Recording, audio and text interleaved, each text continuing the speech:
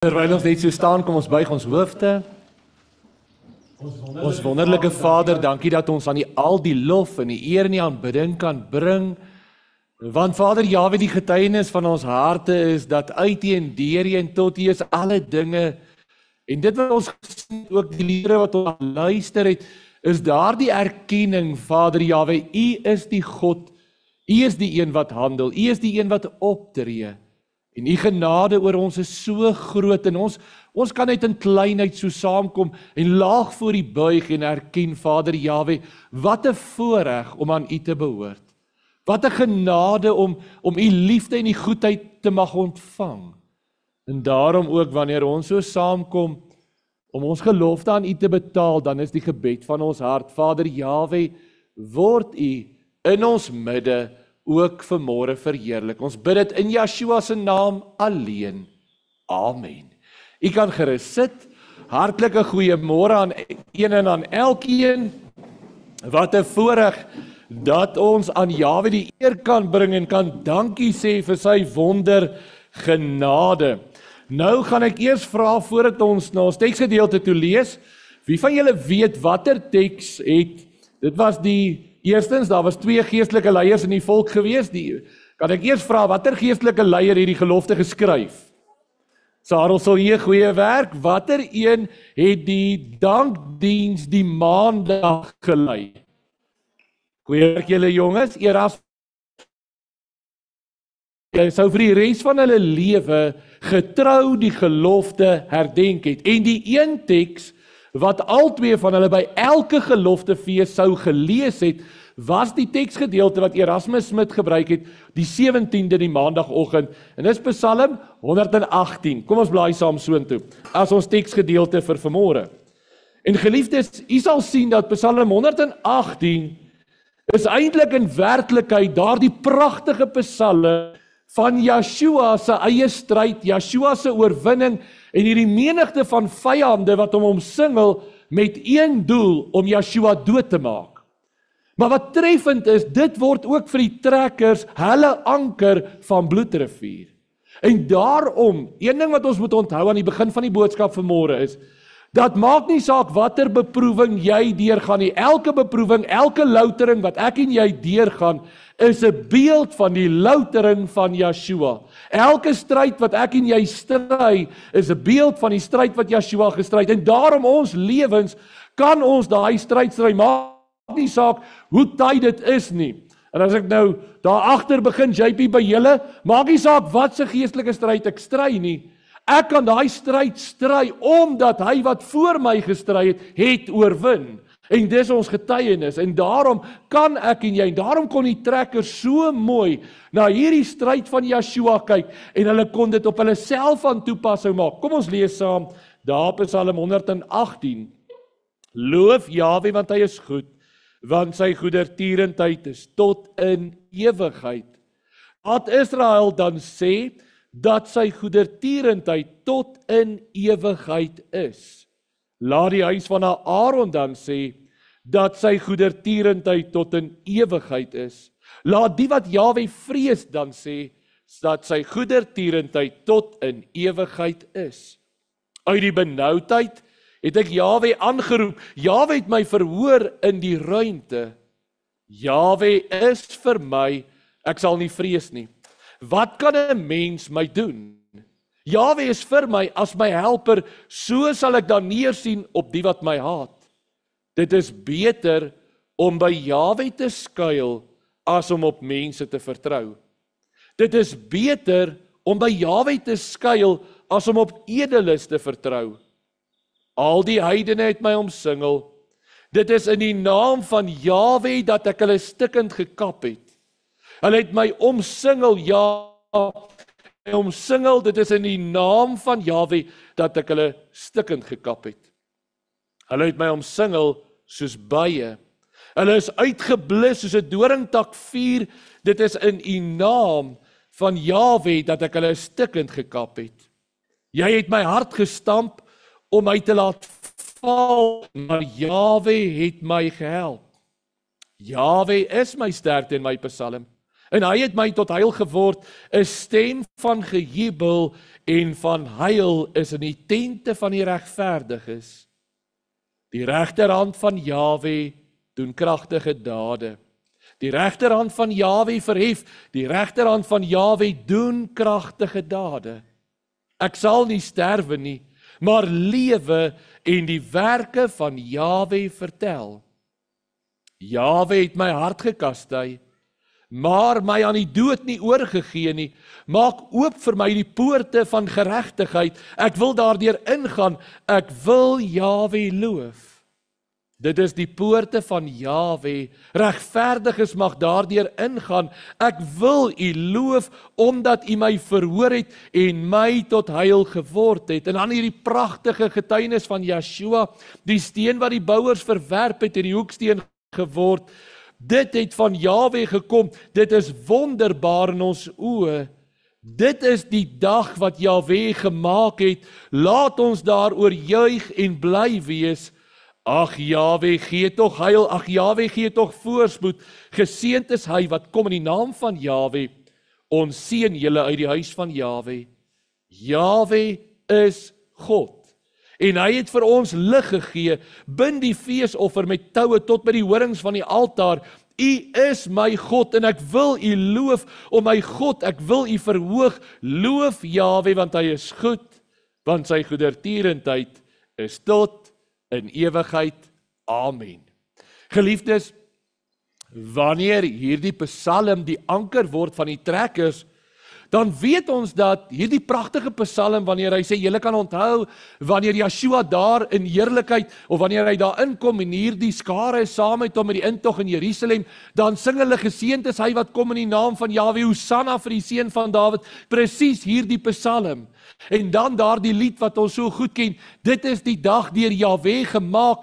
Dit weet ons is 'n profetiese of 'n terugblik na Joshua, daardie dag van sy sterfte en opstanding, maar vir die trekkers word dit hierdie dag van oorwinning 16 Desember, en daarom die volgende dag was die teks dan uit vers 24 uit, en die tema van die boodskap, dit is die dag deur Jahwe gemaak, laat ons daaroor juig en bly wees.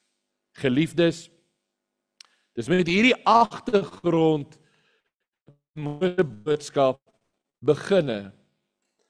Vandag, 187 jaar gelede, is dit daardie treffende oomblik in ons volk se geskiedenis, en dis daaroor hoekom ons hier is, om Jahwe te dank vir daardie blye dag.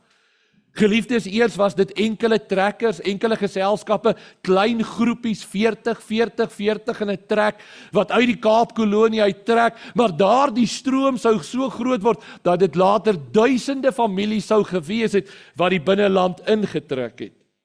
Wat dring dit jou om alles wat jy het in geslagte opgebou het, agter te laat, dit wat jy in 'n ossewaantjie en 'n kakebeenwaantjie kan laai, om dit in te laai en alles agter te laat en te trek? Vir 'n oomblik daar waar jy sit, wat sal jou dit kos?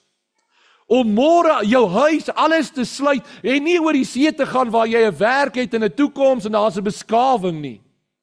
Maar om alles agter te laat, in 'n kakebeenwa te trek, alles te los en die wildernis, die onbekende in te trek. En dis nie asof dit veilig was nie.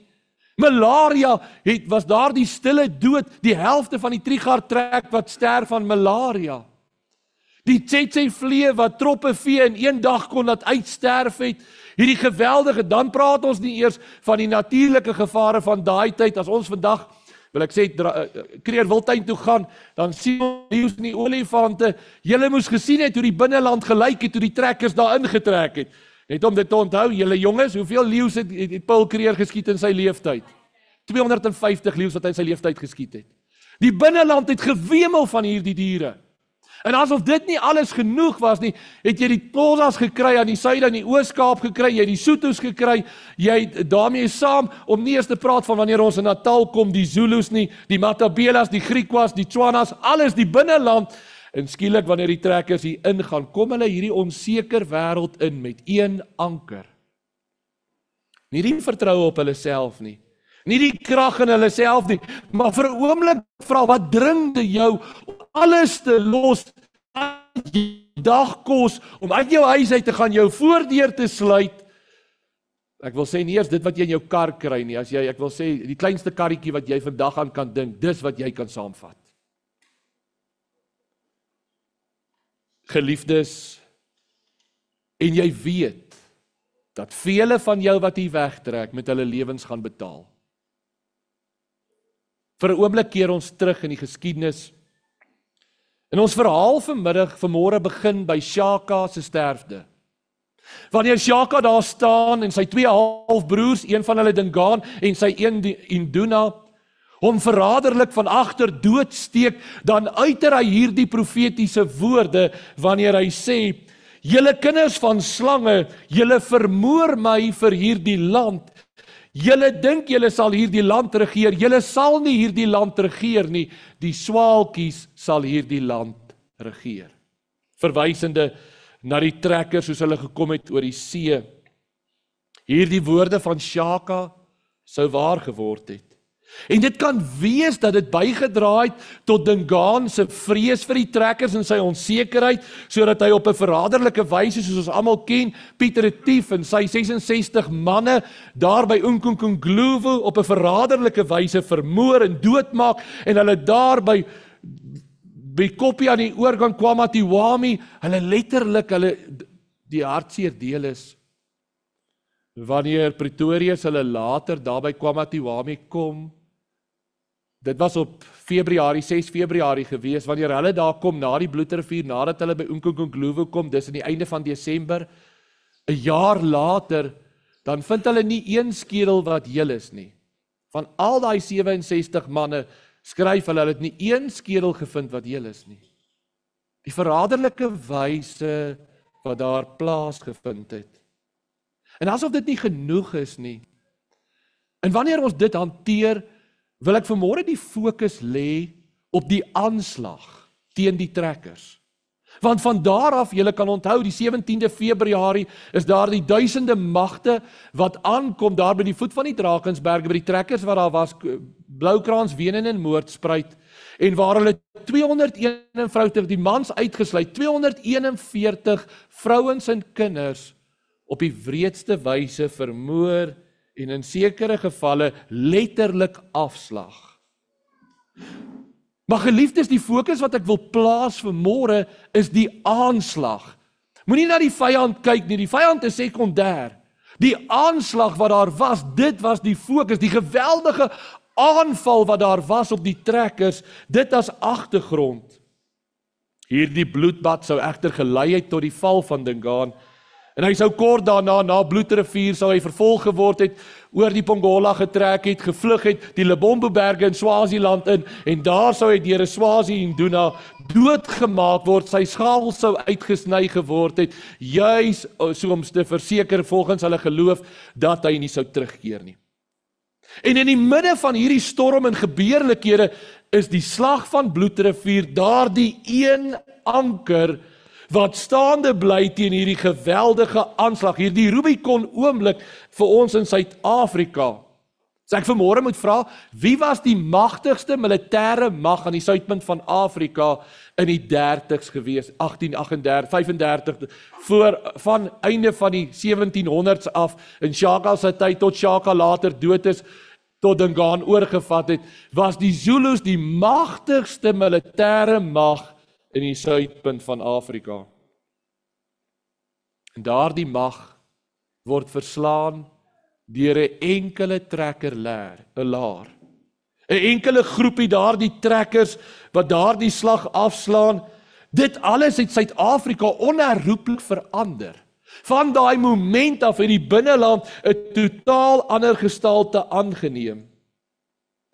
Vandag roep ons in herinnering die gebeure by Bloedrivier, nie net as 'n storie, nie net as 'n verhaal nie, maar as 'n geloofsplig, as 'n belydenis, as 'n getuienis, as dit wat werklik waar is, en die een verwagting, dit wat ons gesing het op keer in elke lied, is dit kom nie, die ere kom nie daai 464 trekkers toe nie, want hulle was gering, hulle was magteloos. Die eer kom aan Jahwe alleen. Op 9 Desember 1838 word die gelofte die eerste keer afgelê. En die trekkers beloof en hulle bely Jahwe, niemand kan ons red behalwe U nie. Wanneer ons hierdie oormag sien en ons weet wat aan die kom is, dan getuig ons, as U ons nie help nie, dan is daar vir ons geen hoop nie. Op 12 Desember vang die trekkers verskeie Zulu vroue en kinders. En Andries Pretorius gee vir hulle wit vlag en hy stuur hulle terug na Dingaan toe en hy sê vir hulle, gaan sê van Dingaan dat anders as die Zulus sal ons nie vrouens en kinders doodmaak nie. Van die 12de af trek hulle verder tot by die 15de wanneer hulle daar vir die laaste keer aan die kant van die Ngommi rivier die gelofte vir die laaste keer aflê. Die slag van Bloedrivier begin net na sonsopkoms op die 16de Desember 1838. Die Zulu se doel met Bloedrivier, en daarom verwys ek na die aanslag. Wat was die doel van die aanslag van die Zulu geleedere? Die Zulu se doel by Bloedrivier was eenvoudig en absoluut om die totale vernietiging en uitroeiing van die voortrekker laars wat daar was, toe te dien. Volgens die Zulus het die moorde operatief, die moorde by Bloukrans, Wenen en Moordspruit, die moed en die moraal van die trekkers geknak. En dit was waar. Die trekkers daar aan die voet van die Drakensberg het baie van die mans gesê, laat ons terugtrek na die binneland toe, en die vrouens wat gesê het, laat ons bly, en dan later kom die Pretorius laar by, en hulle gaan uit op die strafekspedisie. Al wat die Zulus nodig gehad het, volgens hulle doel om die uitwissing te bewerk, was om hierdie kommando te vernietig. Die doel van die Zulus was om hierdie Wen-kommando, soos hy later bekend sou gestaan, heeltemal plat te vee. Dan was daar niks tussen hulle en die vrouens en die kinderlaars wat aan die voet van die Drakensberge gestaan het nie. Tog was Dingaan se impies baie beïndruk van die Indunas wat Dingaan saam met Pieter Tief gestuur het om die vee te gaan haal in Februarie, in Januarie 38. Was baie beïndruk met die oorlogstegnieke van die trekkers, en hulle het ook gesê, hulle perde is soos wind, en hulle gewere praat met donder soos weerligte. En ons kan sien dat hierdie indruk, dit het 'n diep indruk op Dingaan gemaak, en dat hierdie alles bygedra het tot Dingaan se siege, dat hy al hoe meer geslepe en doelgerig was om die trekkers wat in Natal was, totaal uit te wis. Ons sien hier die erns in die aanslag op die trekkers waar 10 tot 15.000 Zulus op pad na Bloedrivier was. Vir 3 dae lank het hulle die dooders, die Nyanga, het vir 3 dae lank deur sekere rituele, deur Muti oorlogsmedisyne, wat maar bestaan uit vet van gevaarlike diere, soos leeu's en luiperds en so, het hulle hierdie krygers behandel en met hierdie vet gesmeer, en hulle het sekere danse en rituele en sekere spreekwoorde, bygelowige spreekwoorde en oorlogsdanse vir 3 dae lank het hulle dit gedoen met hierdie doel. En hoekom ek dit noem vanmôre, geliefdes, is die erns waarmee die Zulus die dag van Bloedrivier benader het. Vir 3 dae is hulle gereed gemaak en oortuig dat wanneer hulle in hierdie oorlog sal tree, sal hierdie kragte wat hulle het, weens hierdie vet wat hulle gesmeer is in die danse en die voorvaders, en alles sou maak dat die koels van die trekkers in waterdruppels sou verander wanneer hulle die krygers tref. Die gevolg daarvan was in werklikheid amper 'n waansinnige vreesloosheid by die Zulus. Dat hulle werklik gevoel, ons hoef niks te vrees nie, want ons is absoluut, hierdie wapens van die trekkers gaan nie teen ons stand hou nie. En daarom sien ons hoe hulle in Bloedrivier in hierdie massas aanstorm in die oorlog. Na die mistige stil nag van 15 Desember breek 16 Desember 'n helder sonskyndag aan. Op Pretoria se opdrag het al die manskappe gereed gelê die oggend. En ons kan ons maar net indink hoe elkeen met sy eie gebede voor Jahwe gebuig het, in afhanklikheid met daai wete, Jahwe, hierdie oormag, hierdie meerderheid, wat kan ons doen? Net na sonop het die eerste Die veldslag het begin met die eerste 2 kanonne wat afgevuur is. Daar was 4 hoofaanvalle deur die Zulus, vlaag op vlaag op vlaag, waar duisende Zulus op een slag gestorm het. Deur die genade kon elkeen van hierdie aanvalle afgeweer word. En wanneer ons lees van die trekkers se beskrywings, dan praat hulle van hierdie doodsveragtende wyse waarop hierdie Zulu mag aangestorm het. 12 uur die middag was die slag voltooi. Erasmus Smith skryf in sy dagboek, hy skryf, die hele dag was vol van geveg, want nadat hulle 12 uur die oorlog het hulle die Zulus beginne vervolg, en hy skryf, die hele dag was vol van geveg, en daarna die nasorg, ons het God in ons harte gedank, maar daar was geen tyd vir 'n samekoms nie. Eers maandag 17 Desember, wanneer die trekkers die volgende oggend hou hulle 'n dankdiens waarin hulle Psalm 118 lees vers 24 as teksgedeelte. Dit is die dag wat Jahwe gemaak het, laat ons daaroor bly wees. Rondom die trekkerlaar het daar 3000 lyke gelê. Hulle beskryf die volgende oggend hoe die aasvoëls en die kraaie in dik swerms begine neersak het op die veld. Die gras in die gebied rondom Bloedrivier was net lyke en bloed. Vir 3 dae lank het die Ngomime rivier rooi gevloei van die bloed. Een Zulu beskryf dit so en hy sê, dit was nie 'n oorlog nie, dit was die einde van die wêreld. Die muti, die spreekwoorde, die rituele, die medisyne, die duisende krygers, die generaals, die indunas, die regimente, is alles in 'n enkele uur vernietig. Hoe reageer ons daarop? Wat is ons ingesteldheid vandag wanneer ons daarna kyk? Moet ons met arrogansie reageer? Moet ons reageer met selfvoldaanheid, met selfverheerliking? Dan is die antwoord vir ons elkeen baie duidelik nee. As daar een beginsel is wat gebrand het by Bloedrivier, dan is dit die oorwinning het nie behoort aan die 464 man nie, die oorwinning het aan Jahwe alleen behoort. Die genade en die barmhartigheid, die een wat sy bewarende hand hou, is hy alleen. En daarom, ons meet vandag so maklik, en hierdie is baie belangrik, ons meet vandag so maklik aan Bloedrivier, en ons sê so maklik vandag, maar ons begeer 'n Bloedrivier weer opnuut, dat ons kan vry word en onsself kan regeer, en kyk hoe gaan dit in die land, en die chaos en alles wat daarmee saamgaan. Maar geliefdes, die een treffende ding, daar was 'n term onder die voortrekkers van daai tyd gewees, die term wat hulle gepraat het van die 100 jaar van bloed. Dominee Andrew Murray skryf dit en hy sê, na 100 jaar van bloed het Jahwe Bloedrivier vir ons volk as 'n nuwe begin gegee. Die klem wat ek wil lê is, 'n 100 jaar van bloed het uitgeloop op Bloedrivier. Anna Steenkamp skryf, 'n 100 jaar van bloedvergieting en onreg. Erasmus Smith skryf, Jahwe het na 100 jaar van bloed ons verhoor. Geliefdes, bly nou vir 'n oomblik hierby. 'n 100 jaar voor Bloedrivier was daarom skryf dit dat die visrivier rooi gevloei. Dit was die grens gewees tussen die Kaapkolonie en die Xhosas gewees. En ons dink aan daai 6de Xhosa oorlog en die moorde en die vervolging en al daai dinge wat plaasgevind het en die magteloosheid van die trekkers weens die Kaapse regering. 'n 100 jaar van vervolging, van roof, van plase wat brand, huise wat afgebrand word, nagte wat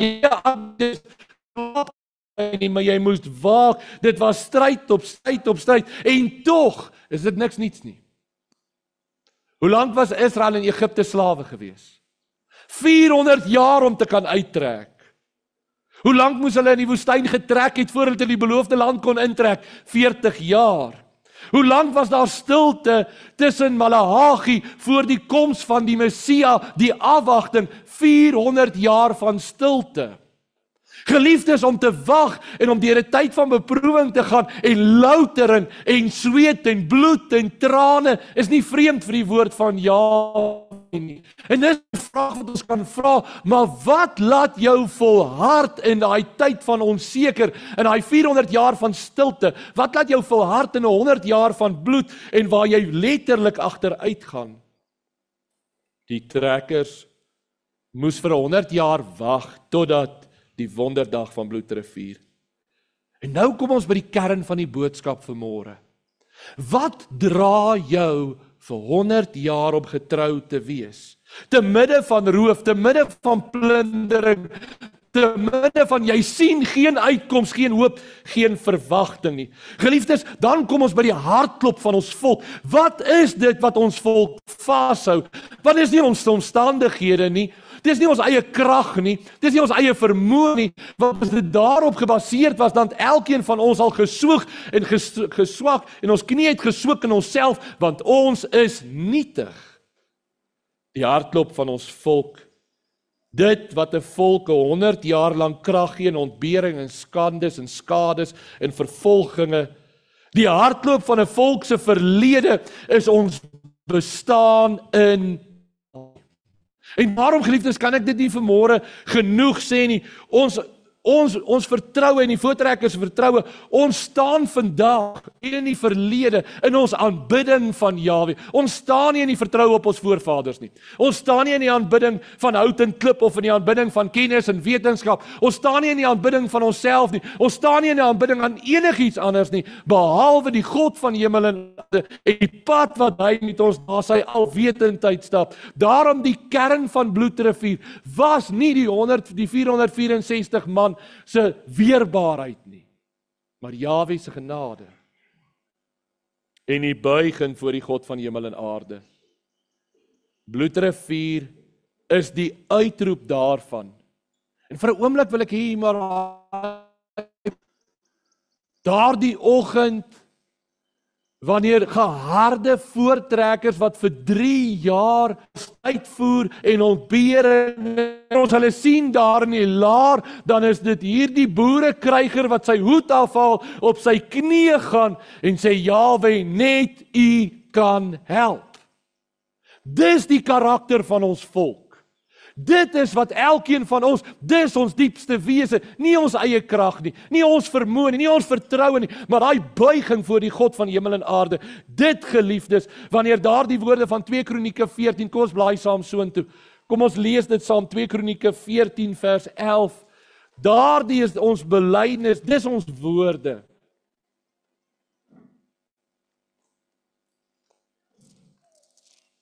Twee Kronieke 14 vers 11.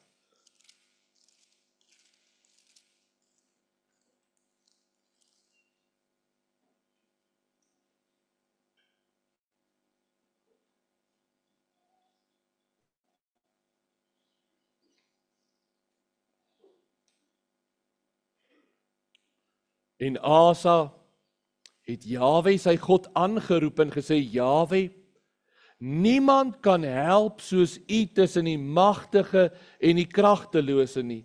Help ons, Jahwe, onse God, want op U steun ons en in U naam het ons teen hierdie menigte gekom.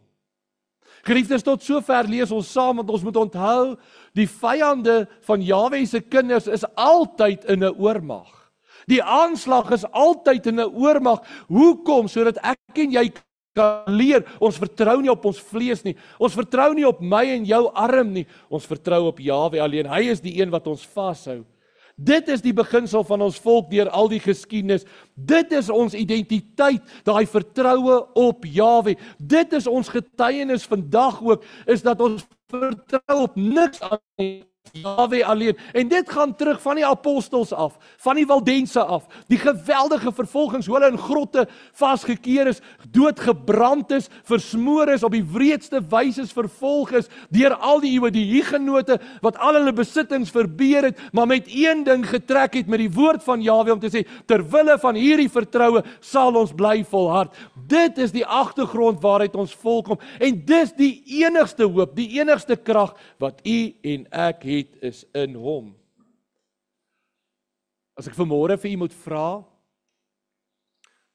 wat was die kern van elke waalaar wat uit die Kaap uitgetrek het?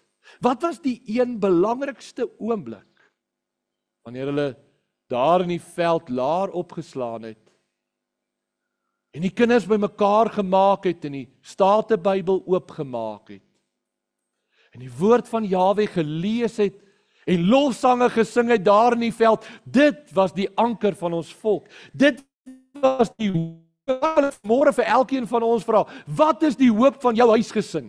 Wat is die hoop van jou huis en jou kinders en jou toekoms? Want daar waar jy sit, dink ons onwillekeurig ook partykeer aan die toekoms van môre. Andrei, wanneer die kinders klein is en ons weet hulle moet groot word, wat is ons verwagting vir hulle wat voor lê?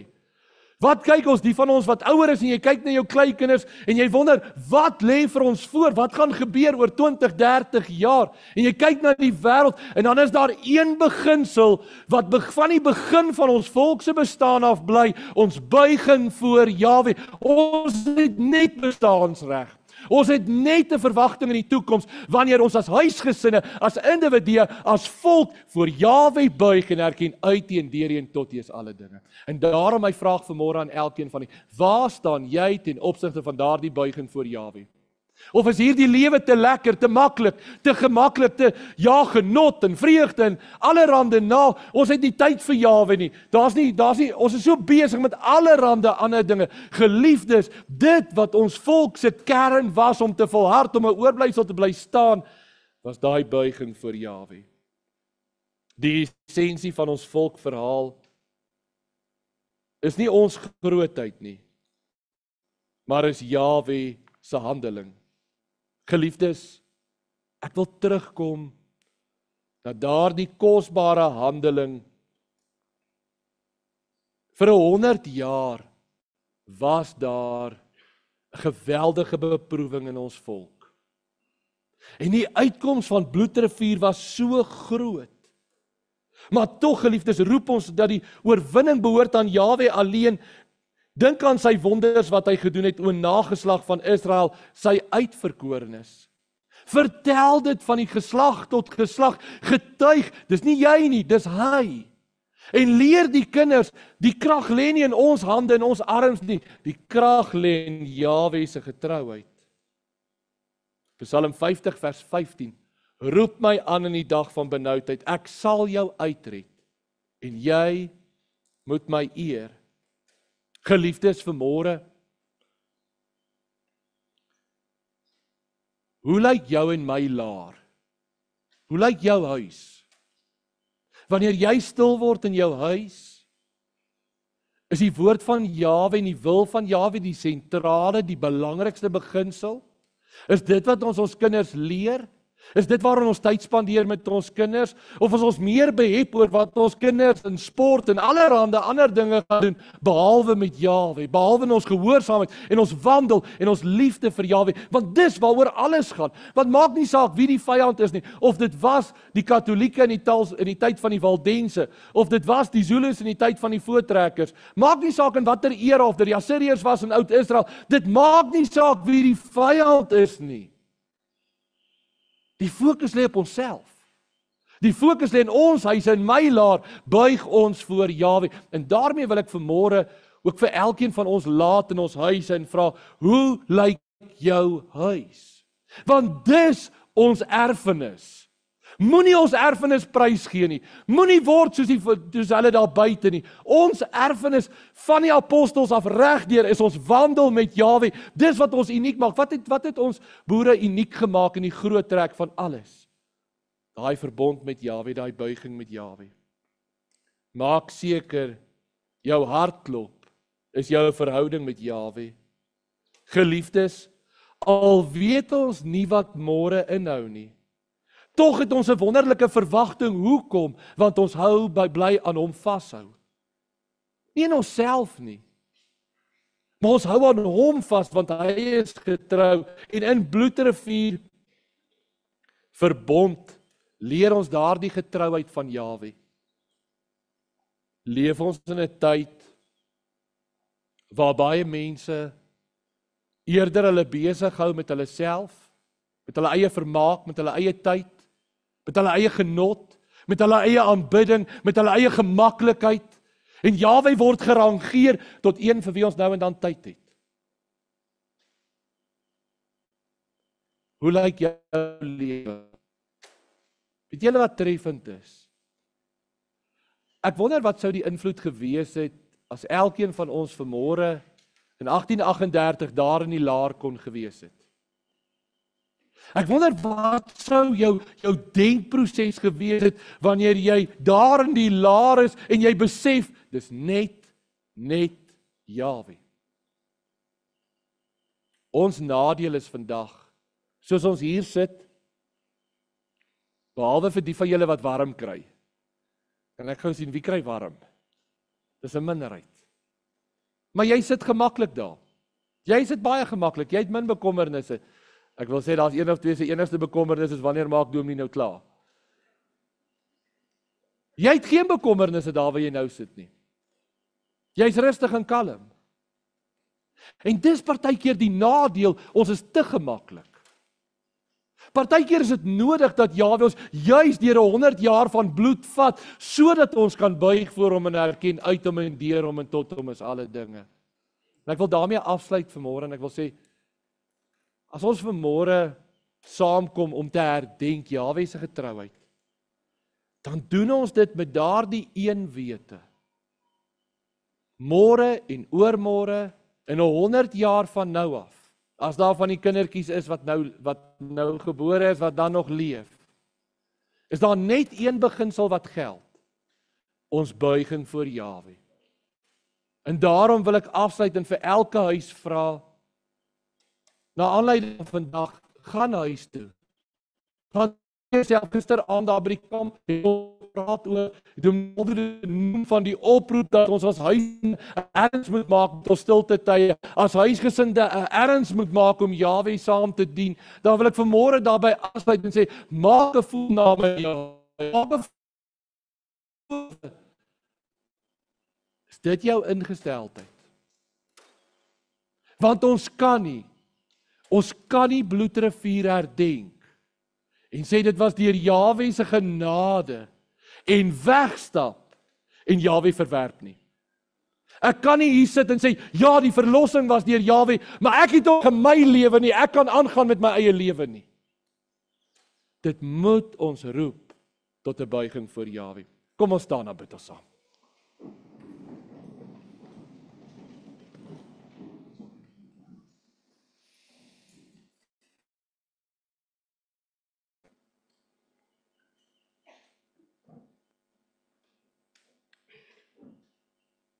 Vader Jahwe,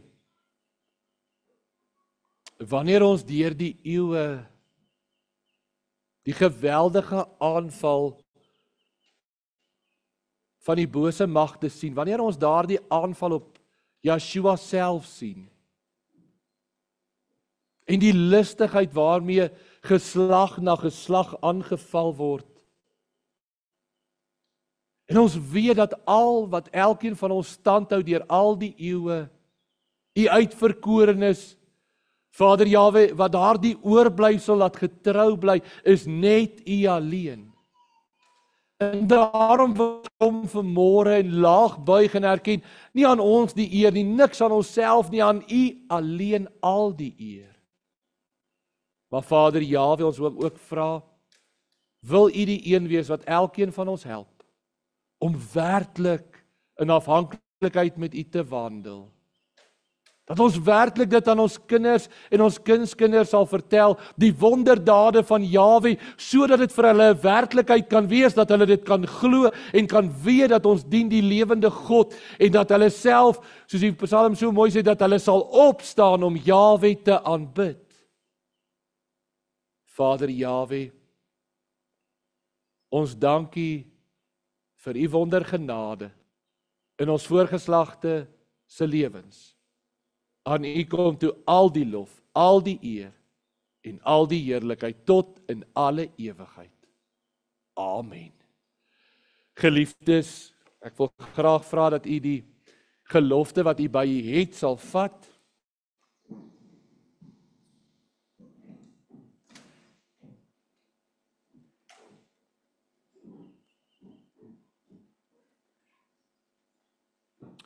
Kom ons lees dit almal saam as 'n herdenking, as 'n dankbetuiging ook vir Jahwe se verlossing. Kom ons lees dit saam. My broeders en medelandgenote, hier staan ons voor die heilige God van hemel en aarde, om 'n gelofte aan hom te doen, dat as hy ons sal beskerm en ons vyand in ons hand sal gee, ons die dag en datum elke jaar as 'n dankdag soos 'n Sabbat sal deurbring, en dat ons 'n huis tot sy eer sal oprig waar dit hom behaag, en dat ons ook aan ons kinders sal sê dat hulle met ons daarin moet deel, tot nagedagtenis ook vir die opkomende geslagte, want die eer van sy naam sal verheerlik word deur die roem en die eer van die oorwinning aan hom te gee. Amen. Kom, geliefdes, terwyl ons net so staan, kom ons hef ons hande op en ons ontvang die seën van ons Vader. Jahwe sal ons seën en ons behoed. Jahwe sal sy aangesig oor ons laat skyn en ons genadig wees. Jahwe sal sy aangesig oor ons verhef en aan ons sy vrede gee. Amen.